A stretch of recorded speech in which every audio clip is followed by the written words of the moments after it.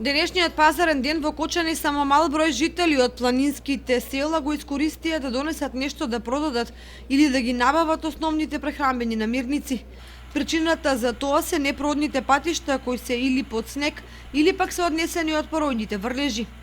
До многу мала може да се стигне само пешки, а автомобилите и другите превозни средства се оставаат на поголема оддалеченост од семејните куќи.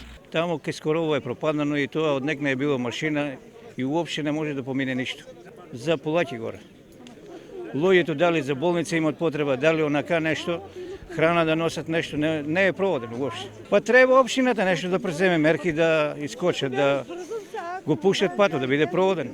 Па пешки повеќе. Со возило не може. До негде од тука има асфалт. Тоа Крушка по име. Натам Бела река, спадина. За нагоре нема што да ти фала кога скоро е за никаде. Треба да се направи како што едно време Боже го мерија за асфалт, ништо не испадна нашиот крај.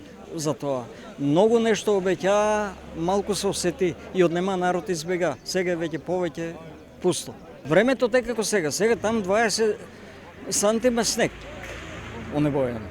Ептен тие некои джипове таквија работи од некој зор. Иначе од Арно никој не кренува. Треба почесто машина баре да замине ако асфалт може да се направи. Дали има 10 души жители што? Еден на куќа, негде двојца и така. Немаме ни проводни патишта, ни ништо. Кал од главици, камење, кал.